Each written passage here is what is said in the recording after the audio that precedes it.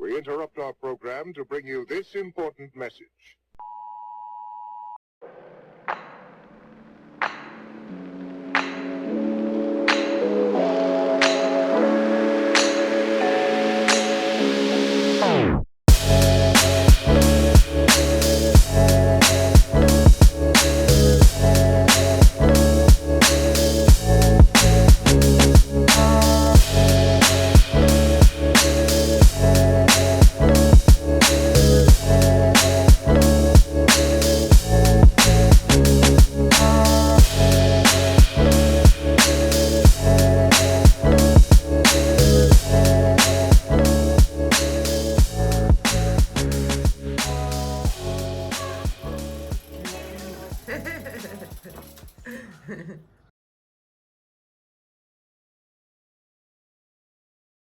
So we're a couple of days later after the trip, and I thought I'd go through the bike setup. I had a few questions about how things are packed. So this is the Revelate Designs spine lock. It's 16 litres. The thing I love about this is this metal pin that goes through that keeps it very secure. So let me just take that off, and then I'll move over to the log and we can see what was packed inside. What's pretty important is how you pack things. You can end up with not enough space if you don't pack it right, so I would test a few different ways. What's pretty key is getting as much down there, down to the bottom end next to the seat post, and that part as solid as you can. So I had a couple of meals, a couple of dehydrated meals in there. Decathlon Puffy, that's the -10 version. I would say it's good down to about freezing with a base layer underneath, maybe a bit more if you've got a mid layer under there as well. I had some camp shoes, so these are from Decathlon. I think they're called Aretha. Very lightweight shoes to wear around camp.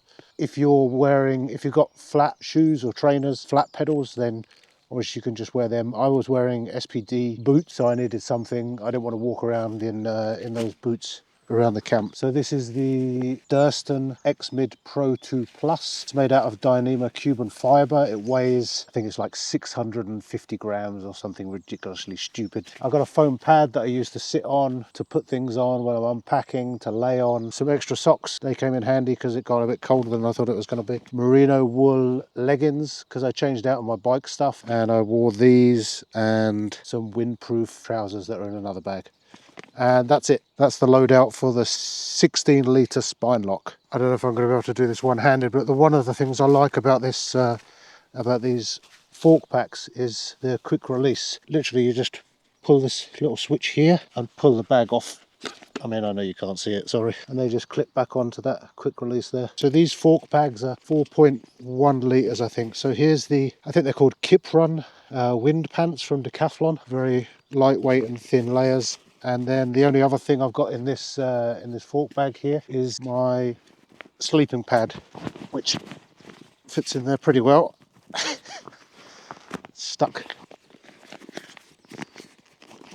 Thermarest Neo Air X-Therm. So it's basically a winter weight pad. It's pretty heavy, 740 grams, I think. It's the long, wide version. Once it gets a bit warmer, then I swap over to a smaller, lighter one, which is the Nemo Tensor. Oh, what else have I got in here? Oh, that was another merino base layer there. That's all for one side of the fork bag. Let me just shove this to one side and then I'll grab the other one quickly. Here's the other one, and this has got my Xped Mega pillow. It's pretty heavy for a camping pillow. Yeah, 200 grams, something like that. But it's pretty comfy. And then I'm not going to pack it all the way out, but this is an Enlightened Equipment quilt. It's good down to, I think it's 30°F, which is, what's that, 0°C? It's supposed to be good down to freezing. I had it down to about 6 degrees the other night, and I felt some cold spots. This is my first quilt, and I think if I was to buy again, I'd probably buy a sleeping bag. I've got a winter sleeping bag, a much heavier weight one, but I think if I was going to buy like a 3-season quilt again, I would buy a 3-season sleeping bag. In one side of in one stem bag here, I did have a beer in there on the way out, but I just shoved my rain jacket in there. On the way back, the rain jacket was in the saddle bag, and then in the other stem bag on the right hand side, I just had my camera, which I'm using now. A light Toe Wild AliExpress job. I haven't used it much, but it's pretty good. Garmin, obviously. And then someone asked me about the packing of the Durston poles. So here I just shoved a bunch of junk in. So I've got my ditty bag, so earplugs, toothbrush, toothpaste, ibuprofen, some other things. Here's electronics kit. So I've got a tiny pump in there with the lantern. I've got a night core power bank, night core headlamp, about it. Poop kit with a trowel and a bidet and some toilet paper. Alcohol stove, Toke's titanium pot. So I think I showed that in the last video. Maybe I can put a photo here, but that's pretty lightweight as well. Fits in there pretty well, and it's not so thick, so it fits in the frame bag there.